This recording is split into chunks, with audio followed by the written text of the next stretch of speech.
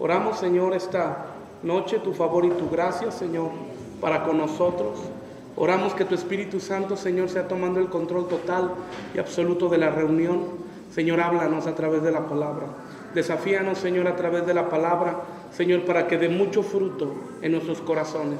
Señor, tenemos la promesa de que nunca volverá a nosotros vacía, sino que antes hará lo que tiene que hacer. Señor, en el nombre de Jesús, háblanos esta noche, Señor.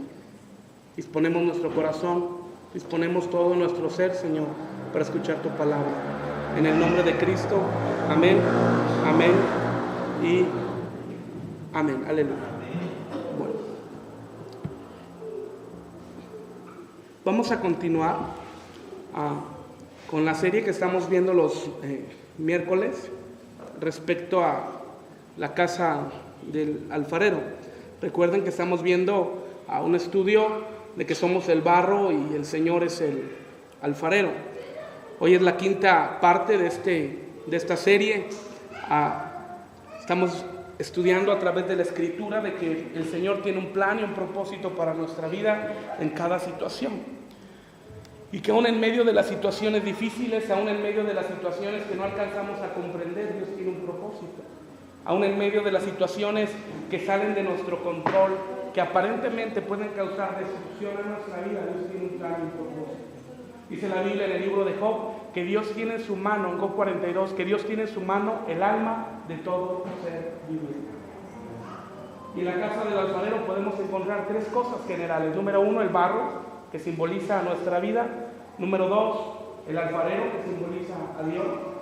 Y número tres, la mesa circular, que simboliza la voluntad de Dios, que nos establece en orden divino, que nos establece en la manera en la que debemos de conducirnos. También aprendimos de que en la casa del alfarero Dios nos lleva para aprender las 7 relaciones básicas que Dios tiene con cada cristiano, con cada hijo suyo. Y la semana pasada aprendimos y estudiamos juntos de que la primera relación básica es con la palabra de Dios. La primera relación que el cristiano tiene que tener, que el Hijo de Dios tiene que tener, es con la Biblia. Ningún cristiano que se precia de serlo puede dejar de lado la palabra de Dios, porque la palabra de Dios es el principal sustento, es el alimento, es el pan que descendió del cielo, Cristo mismo en la palabra hablando a su iglesia, trayendo alimento y trayendo nutrición espiritual para que crezcamos fuertes y podamos ser cristianos maduros y podamos ir avanzando en el conocimiento de la palabra de Dios. Y de la misma manera que el alfarero toma el barro y lo lava y empieza a separar la tierra, lo que no es arcilla, hasta dejar en su mayoría formar una masa, una arcilla, y empieza a lavarla continuamente. Eso simboliza, como bien aprendimos la predicación pasada, simboliza el lavado de la palabra de Dios. Sabemos que la palabra, vamos a ser nosotros limpios a través de la palabra. La palabra va a traer renovación, la palabra va a traer restauración, la palabra va a traer sanidad. A medida que estudiamos la palabra, a medida que entramos en la palabra, nuestro corazón comenzará a ser transformado. A medida que entramos en la palabra, nuestro corazón empieza a ser limpiado, nuestra mente empieza a ser limpiado. Porque es evidente que cuando venimos a Cristo, venimos arrastrando tantas cosas que no agradan a Dios. Cuando venimos a Cristo, venimos arrastrando actitudes, situaciones que no agradan al corazón de Dios. Y por medio de la palabra el Señor va a ir limpiando, depurando y puliendo nuestro corazón, como dice el apóstol Pablo, ¿verdad? Que somos renovados en nuestra mente por la palabra. Entonces, lo primero que nos enseña la casa del alfarero, la primera relación básica, es con la palabra. Tenemos que ser alimentados constantemente a través de la palabra de Dios. Número 2, el segundo proceso que sufre la arcilla, que sufre el barro, es un secado brusco. ¿Y cómo es este proceso? El primer proceso te explicamos que el alfarero toma el barro, lo limpia continuamente con agua hasta separar las impurezas y dejar solamente la arcilla. Y una vez que ha limpiado el barro o la arcilla para hacer el barro, una vez que ha quedado en su mayoría arcilla, el segundo proceso se llama secado brusco. Y el secado brusco nos habla de la relación con el mundo. La primera relación básica del cristiano es con la palabra y la segunda relación básica del cristiano es con el mundo. Vamos a explicarlo cómo es.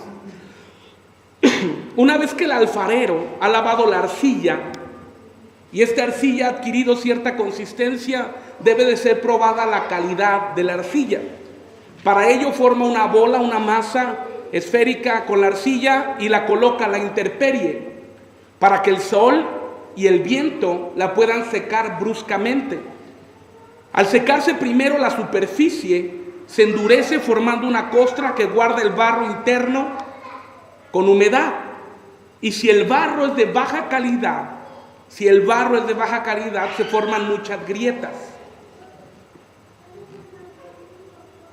Por esas grietas escapará la humedad interna, lo que indicará al alfarero que tiene que volver a lavar el barro, tiene que comenzar otra vez el primer proceso de separar nuevamente, porque todavía tiene impurezas y todavía la arcilla tiene muchos instrumentos que no sirven.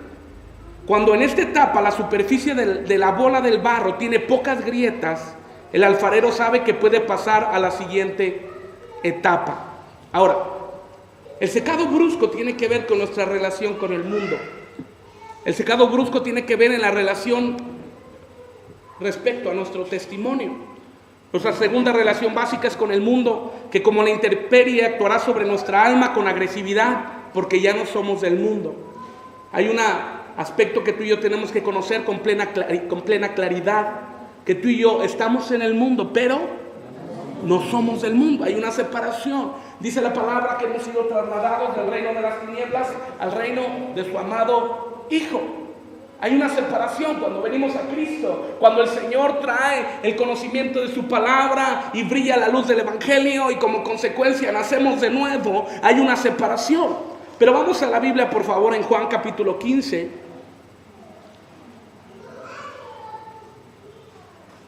Versículo 18 al 21, por favor. Juan capítulo 15, versículo 18 al 21. Si alguien lo puede leer muy fuerte, por favor.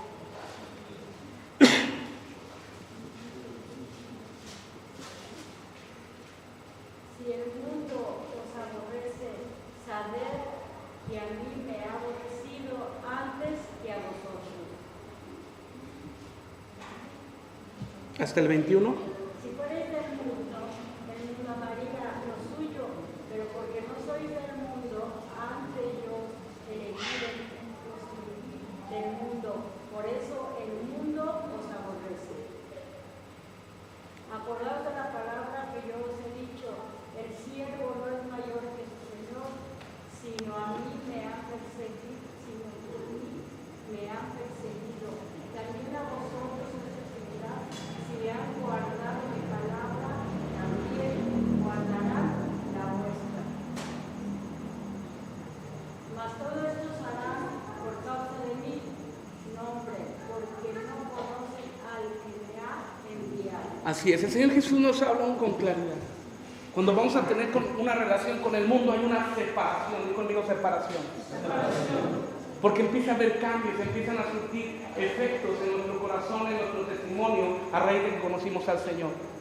Antes de Cristo había ciertos comportamientos que ahora en Cristo están siendo pulidos a través de la palabra, ¿verdad?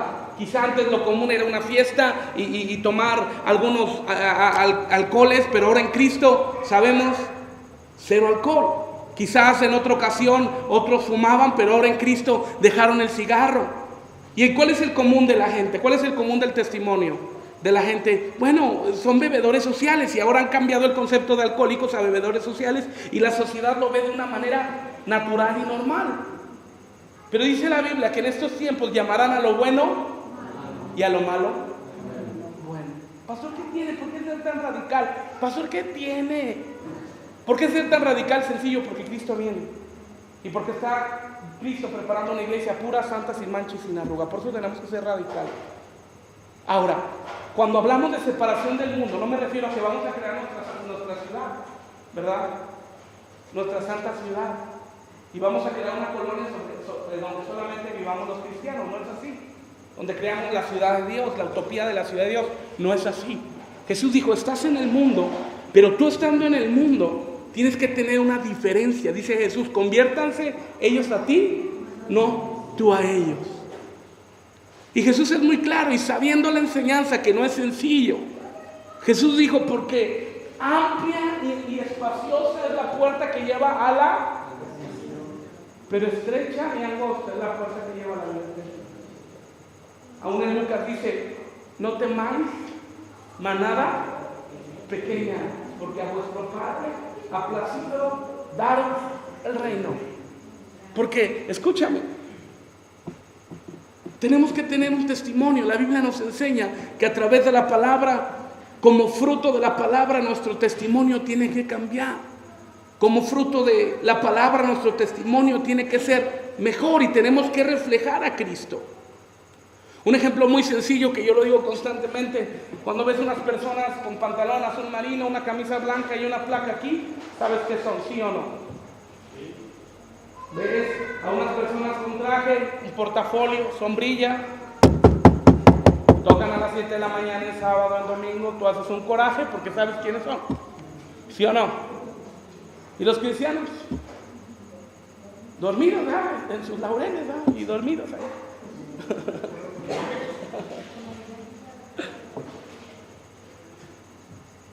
Pero nosotros como cristianos tenemos que ser conocidos por nuestro testimonio. Jesús dijo, en esto conocerán que son mis discípulos. Jesús nos dijo, serán conocidos por los milagros. Gloria a Dios por los milagros. ¿Sí o no? No serán conocidos por las manifestaciones. Gloria a Dios por las manifestaciones. No serán conocidos por la profecía. Gloria a Dios por la profecía. Pero la Biblia dice, en esto conocerán que son mis discípulos, que se amen. Y eso es el testimonio. Porque si hay amor, el Señor Jesús, cuando dio el centro de las verdades generales, esenciales, las dos máximas fundamentales, amar a Dios sobre todas las cosas y amar a nuestro prójimo como a nosotros mismos, en esto se encierra toda la ley, dijo Jesús. Porque si amamos a nuestro prójimo, no le vamos a robar, ¿verdad que no? Si amamos a nuestro prójimo, no vamos a matarlo, no vamos a ser homicidas, no vamos a codiciar la mujer de nuestro prójimo. Si amamos a nuestro prójimo y si amamos a Dios, antes que nada, nuestro corazón va a estar sano delante de Dios y nuestro comportamiento va a dar fruto de ser cristianos. Primero los llamaron nazarenos, después cristianos. Hoy hay tantos grupos que ya no saben cómo llamar. Por eso en este tiempo es determinante que la iglesia pueda tomar una decisión de vivir para Cristo. Una decisión de guardar su corazón y vivir en rectitud delante del Señor. Ahora, la relación con el mundo tiene que ver con la gente que nos rodea. Porque la gente va a empezar a dar testimonio. No es que sea relevante lo que la gente diga de nosotros, sino la gente va a empezar a dar testimonio y algo te pasó. Oye, ¿qué tienes? Apenas estamos en una reunión de hogar, en un discipulado, y este hermano se convirtió y fue un cambio tan drástico que tenía muchas imágenes y en un solo día las quitó y toda su familia se convirtió. Pero la semana pasada fue uno de sus sobrinos y no fue a escuchar la palabra, fue a hacerle una pregunta a su tío. ¿Qué te pasó?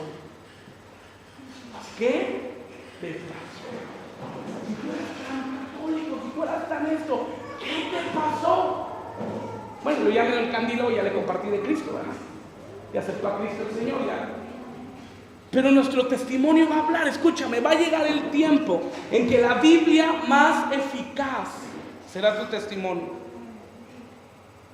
Será el tiempo en que la Biblia abierta será tu vida misma. Porque la Biblia dice que al final de los tiempos va a haber persecución, ¿sí o no? Mucha persecución. La Biblia nos enseña en Mateo 24 que va a haber situaciones muy difíciles al final de los tiempos y están a punto de suceder. Apenas hoy salió una noticia que en uno de los países de Sudamérica está a punto de limitarse la libertad religiosa y la libertad de expresión. Y va a ser una nueva corriente y una nueva ola en pro del ecumenismo. En cualquier momento van a empezar a cambiar. Situaciones que nunca antes han cambiado, ahora van a comenzar a cambiar. Van a empezar a venir ataques en contra de la palabra de Dios. Van a empezar a venir ataques para decir que la Biblia no es fidedigna. que la Biblia es un libro más. Aún el líder máximo de la iglesia tradicional acaba de decir que el infierno no existe, que el infierno no existe y que Adán y Eva es una fábula. Van a venir ataques contra la palabra del Señor. Pero nosotros como cristianos, como personas, hijos de Dios, que estudiamos la Biblia, tú y yo vamos a saber que tú y yo somos Biblias abiertas. Y la manera de reflejar a Cristo como Biblias abiertas es a través de nuestro testimonio, de nuestra relación con el mundo. Ahora, en la relación con el mundo tiene que ver con nuestra familia también, porque una familia se constituirá en una prueba de la calidad que ha adquirido el creyente durante su primera relación con la palabra. Me expliqué con el ejemplo del barro, ¿verdad? Primero es lavado, se separa la arcilla con mucha agua, con mucha palabra de Dios. Se forma una bola de barro para seguir en el proceso. Cuando se saca la intemperie para que lo seque bruscamente el sol y el viento, y si tiene muchas grietas tiene que volver a ser lavado. Si tiene pocas grietas significa que guarda la humedad dentro y puede pasar al siguiente proceso. Pero ¿qué tiene que ver nuestro testimonio con la familia? Lucas capítulo 12.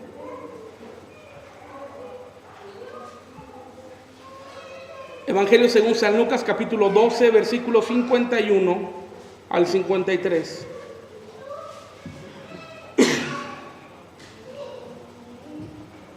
¿Pensáis que he venido para hacer paz en la tierra? Os digo, no, sino disensión. Porque de aquí en adelante siempre los familias serán divididos 3 contra 2 y 2 contra 3. Será dividido el padre contra el hijo contra el padre, la madre contra la hija y la hija contra la madre, la suegra contra su nuera y la nuera contra su suegra. Bueno, lo último es lo que vemos más común, ¿verdad? Está profetizado por Jesús. Pero cuando se refiere a la separación, evidentemente no se refiere a que va a haber un resentimiento entre hermanos. Porque es imposible que yo tenga un resentimiento contra mi hermano, contra mi padre, contra mi mamá. Es imposible. Bueno, hay corazones que sí puede ser. Pero cuando se refiere a la separación, a la división, se refiere a la decisión que tenemos que tomar cuando la gente o nuestra familia no conoce al Señor. Porque cuando la persona se convierte al Señor, nace de nuevo, vienen los primeros ataques. ¿Por quién? ¿Sí o no? ¿Y ya te hiciste hermano? Pues que tú y yo no éramos hermanos, sí, pero de esos no. Que ya te hiciste de los aleluyos, que ya te hiciste de los evangélicos, que ya te hiciste de los hermanacos. Y tantos ataques. Ese es un trato personal. Porque en el trabajo, como antes no lo hacíamos, empiezan los ataques. Pero esa es la relación con el mundo. Ahora, Dios sabe que es necesario que tú y yo seamos expuestos al mundo. Di conmigo, es necesario que yo sea expuesto al mundo. Juan 17:20, por favor.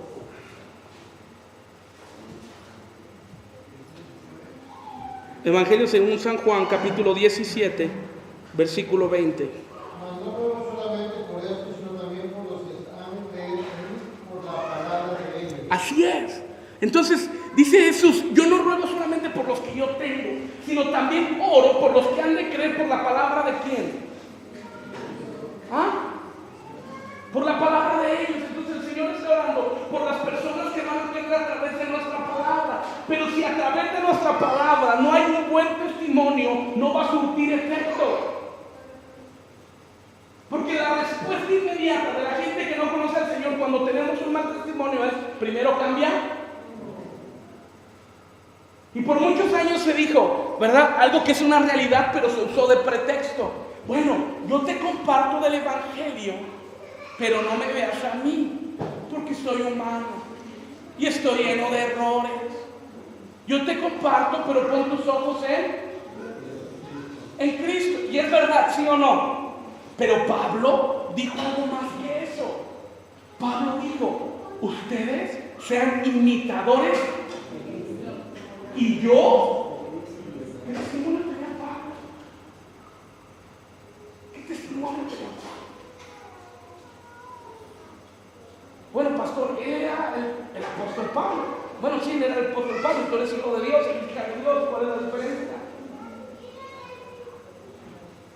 ¿Acaso Pablo, leemos la Biblia, no en Hechos, la transformación de Pablo, y creemos que fue muy sencillo, sí o no?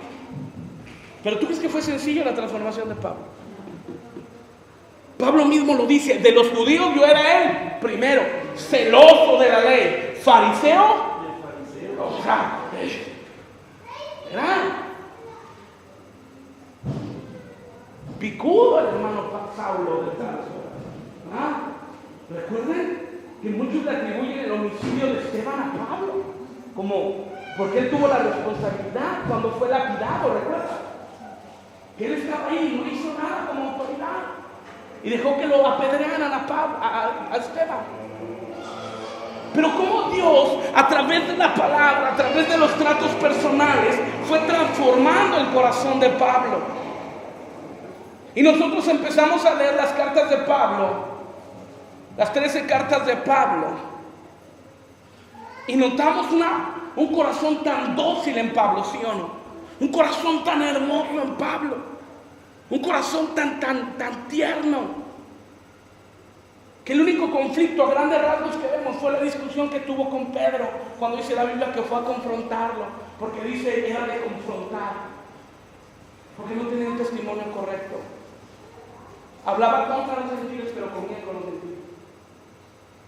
Después vemos que en una ciudad lo tuvieron que sacar escondido, ¿recuerdan? Del muro lo tuvieron que bajar en una canasta, porque querían matarlo. Imagínate el corazón de Pablo. No, pero pues yo me puedo defender.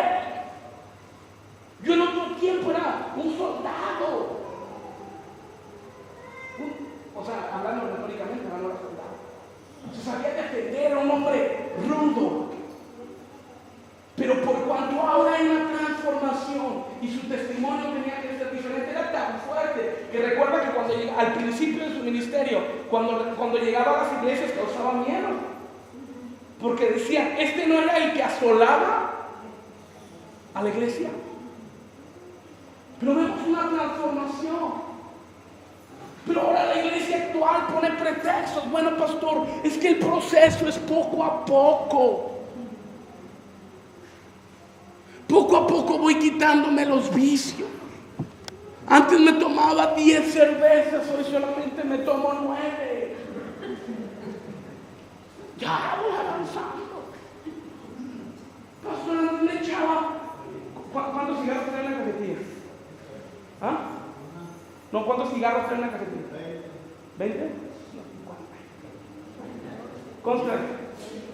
¿24? 24. Me tomo una cajetilla diaria. Hoy solamente me fumo 23. Y pastor, en un año me fumo 22. Y en el siguiente año. Y no cambiamos, ponemos menos pretextos. Pastor, es que no es fácil dejar los vicios. Sí, no es fácil. Pero Gálatas 2:20 dice: con Cristo estoy juntamente crucificado. ¿Y cómo vamos a dejar los vicios? Crucificando la carne. Porque tenemos un trato con el mundo. Imagínate, ¿cómo se vería un cristiano? Bueno, sin entrar en la historia, ¿verdad? Porque hay un predicador muy famoso que se llama Charles Spurgeon.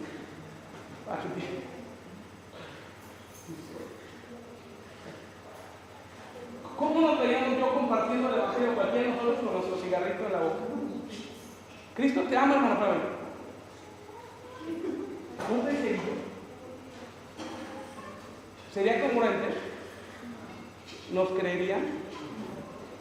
¿Sí o no? ¿Por qué? Porque se supone, di conmigo, se supone.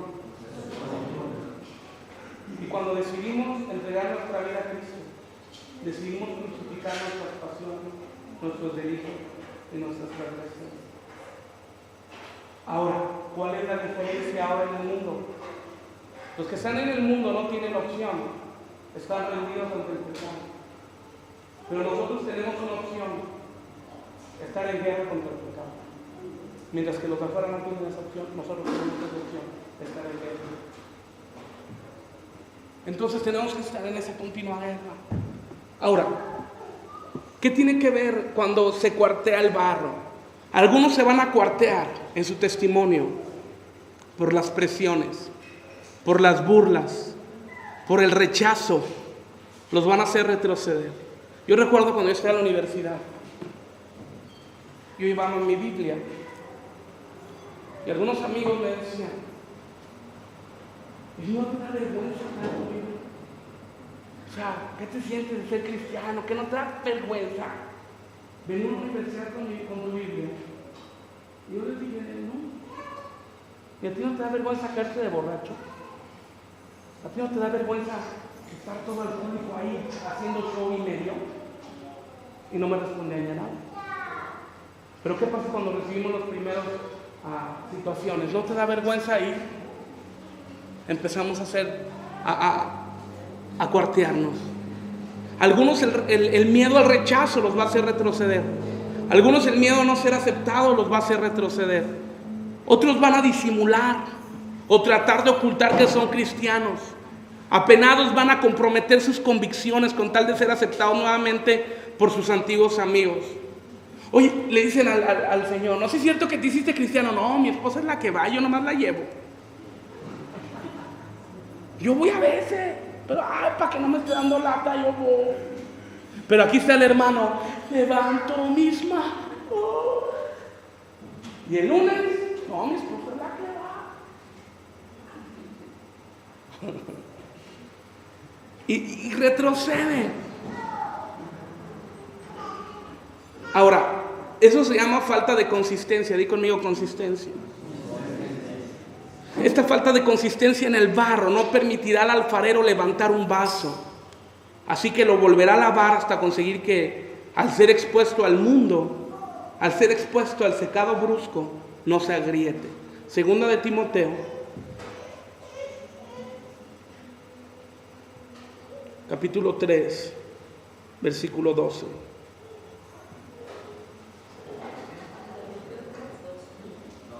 Segunda de Timoteo 3:12 dice: y también todos los que quieren vivir piadosamente en Cristo Jesús padecerán ¿qué? Persecución.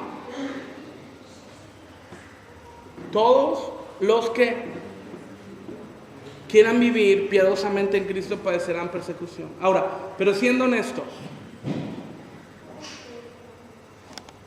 es la misma persecución, entre comillas, la que tú y yo podemos sufrir hoy en día aquí, a la que hoy en día están sufriendo en Medio Oriente.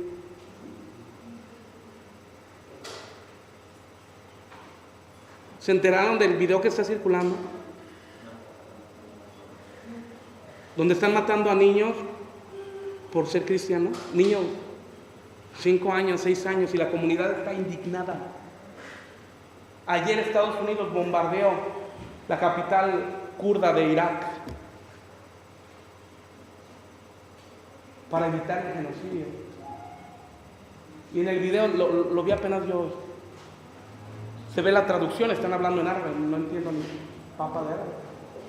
Pero se ve la traducción en un noticiero americano, donde le dicen a los niños con una cuerno de chivo, y le están apuntando en la cabeza al niño y otro en la boca, y le dicen: reconoce que Alá es Dios y Mahoma su profeta, y niega que Jesús es el Hijo de Dios.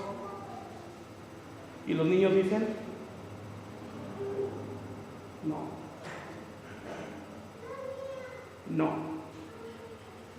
Jesús es el Señor. Y le destrozan su rostro y la cabeza. La siguiente escena se ve el presentador de las noticias de Fox News llorando y destrozado el Señor, diciendo: ¿cómo es posible que en pleno siglo XXI esté sucediendo esto?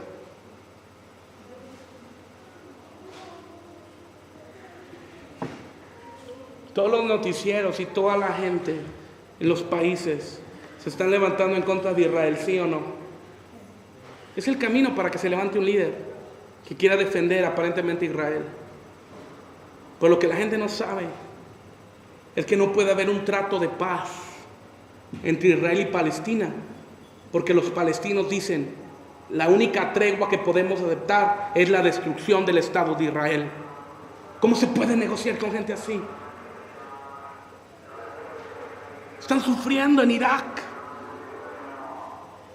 en Irán, en Malasia, en los países musulmanes.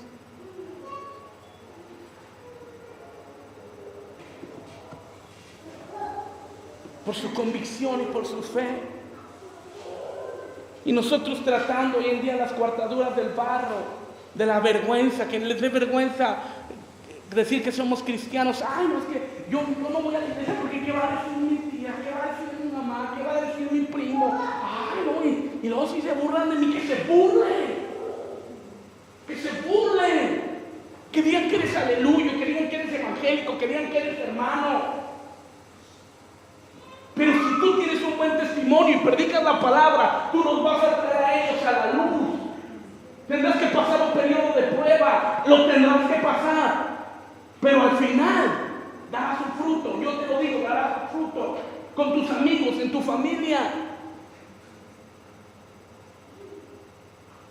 No será fácil, porque las tentaciones están a la mano. Te lo dije un día, 10 años yo oré, y 10 años, cada semana oraba por una familia de amigos que conocí en la universidad.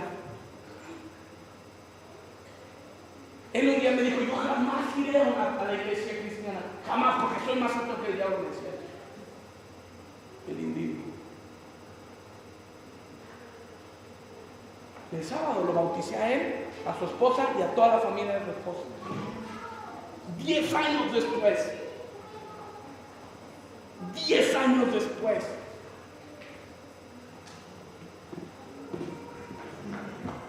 Vale la pena.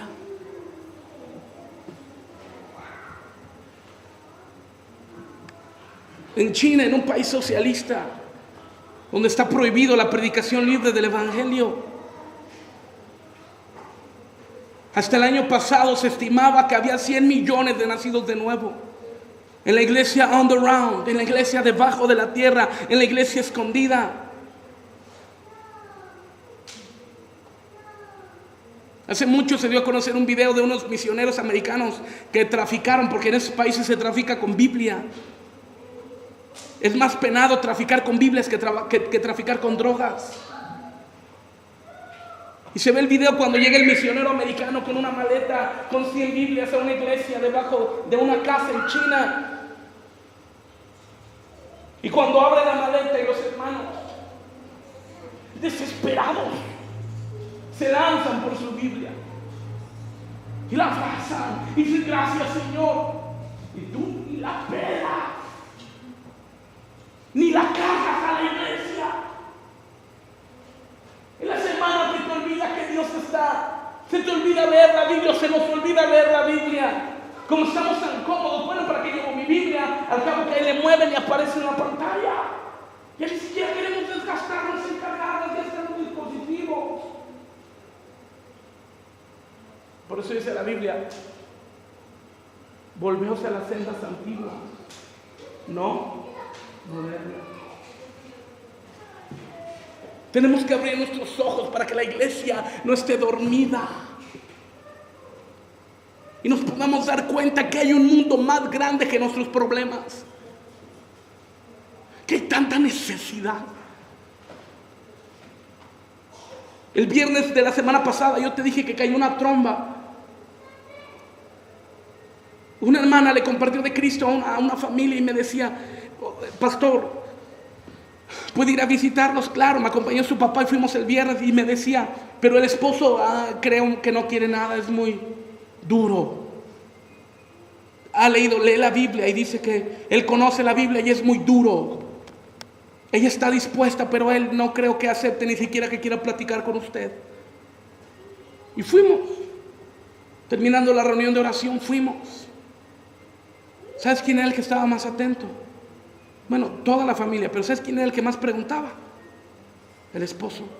El domingo estaban aquí en la reunión de las 12, se sentaron de aquel lado. Terminando la reunión me dice: pastor, ¿puede ir a orar por nuestro negocio? Por favor, queremos la bendición de Dios en nuestro negocio. Claro, el lunes fuimos. Estuvimos ahí desde un poquito antes de las 6 hasta las 8 de la noche, pasadas de las 8, 8:10, 8:15, compartiéndoles de Cristo, y querían más y querían más. Y el Señor, antes de irme, me toma del brazo y me dice: pastor, pues yo sé que es la primera vez que voy a la iglesia cristiana, pero pues ya leí lo que dice Juan. ¿Cuándo me puede bautizar? ¿Me estás escuchando? Hay necesidad de que la gente conozca a Cristo, de que tú y yo podamos compartir de Cristo. Número 1, con nuestro testimonio, y número 2, con nuestra palabra.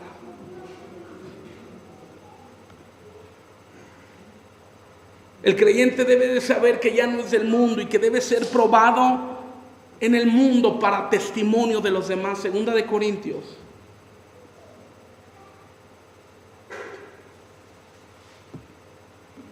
capítulo 2, versículo 15. Porque para Dios somos grato olor de Cristo en los que se salvan. Y en los que se pierden, a estos ciertamente olor de muerte para muerte, y a aquellos olor de vida para vida. Y para estas cosas, ¿quién es suficiente? Terminemos. Si Cristo vino a hacer luz al mundo, sus discípulos lo debemos ser también, y reflejar la luz de Cristo en nuestras vidas. Juan 8:12.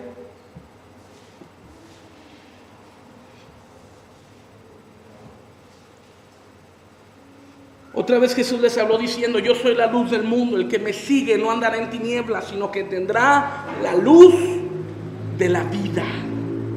Vamos a Primera de Pedro, por favor.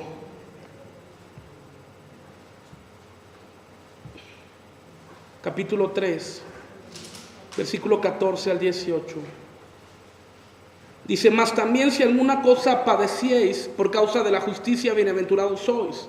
Por tanto, no os amedrentéis por temor de ellos, ni os conturbéis, sino santificad a Dios el Señor en vuestros corazones, y estad siempre preparados para presentar defensa con mansedumbre y reverencia ante todo el que os demande razón de la esperanza que hay en vosotros, teniendo buena conciencia, para que en lo que murmuran de vosotros como de malhechores, sean avergonzados los que calumnian vuestra buena conducta en Cristo. ¿Los que calumnian qué?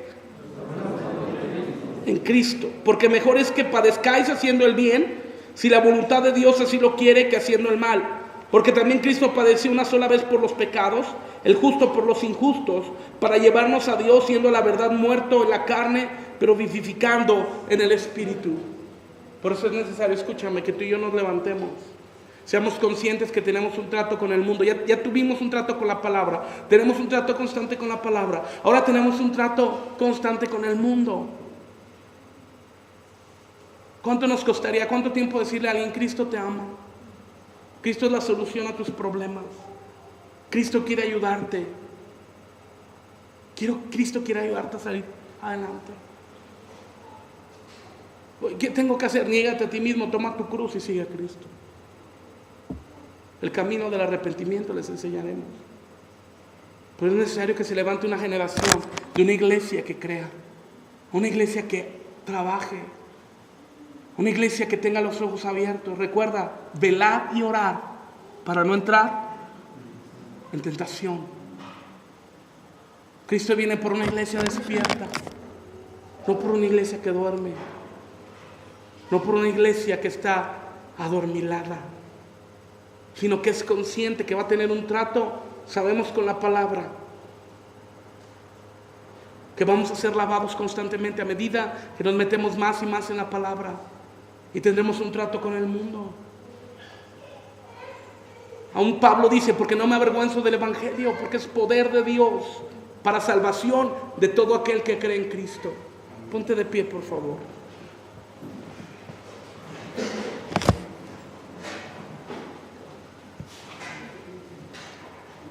Cierra tus ojos un momento. Padre, en el nombre de Jesús, te pedimos que nos ayudes, Señor. Padre, como aquel tiempo, aquella oración. Padre, creo, pero ayuda mi incredulidad. Padre, tengo fe, pero ayuda mi incredulidad. Señor, que en la iglesia, en el corazón, Padre, de cada uno de mis hermanos, Señor, puede haber una certeza, Señor, de que hay un trato personal con la palabra, que hay un trato personal con el mundo. Que la primera relación básica y fundamental es con la palabra. Y una vez que hemos sido lavados en la palabra, una vez que hemos sido lavados y estamos siendo lavados con la sangre del Cordero, tendremos una siguiente relación con el mundo, con nuestro testimonio. Padre, que venga esa convicción en los adultos, en los jóvenes, en los adolescentes, aún en los niños, que haya un despertar, una pasión por ti, Señor. En el nombre de Jesús. En el nombre de Jesús. Señor, yo entiendo también que no es nada fácil. Entiendo también que no es nada sencillo. Pero también creo a la palabra que dice que para lo que el hombre es imposible, para Dios todo es posible. Ayúdanos, Señor. Ayúdanos a dejar nuestra comodidad a un lado. Ayúdanos a quitar los pretextos a un lado. Señor, recuerdo cuando apareciste a Moisés en la zarza. Y lo primero que dijo, pero es que no sé hablar, soy tartamudo, mejor levanta a Aarón, mi hermano. Que podamos hacer a un lado los pretextos para caminar en integridad, para dar buen testimonio con los de la iglesia como con los de afuera. En el nombre de Cristo, ayúdanos, Señor. Ayúdanos, Señor, a tomar decisiones correctas. Vivir para Cristo. Vivir para Cristo en nuestro trabajo. Vivir para Cristo en nuestra familia. Vivir para Cristo en la escuela. Vivir para Cristo en cada área donde nos desenvolvamos. Que no seamos cristianos de aparador, sino que seamos verdaderos cristianos, Señor. Que trabajan, que obedecen, que caminan en fidelidad y en obediencia, llevando a cabo la gran comisión de ir por todas las naciones, predicando este evangelio del reino, haciendo discípulos en el nombre de Jesús. Ayúdanos, Señor, en el nombre de Cristo. Amén. Amén.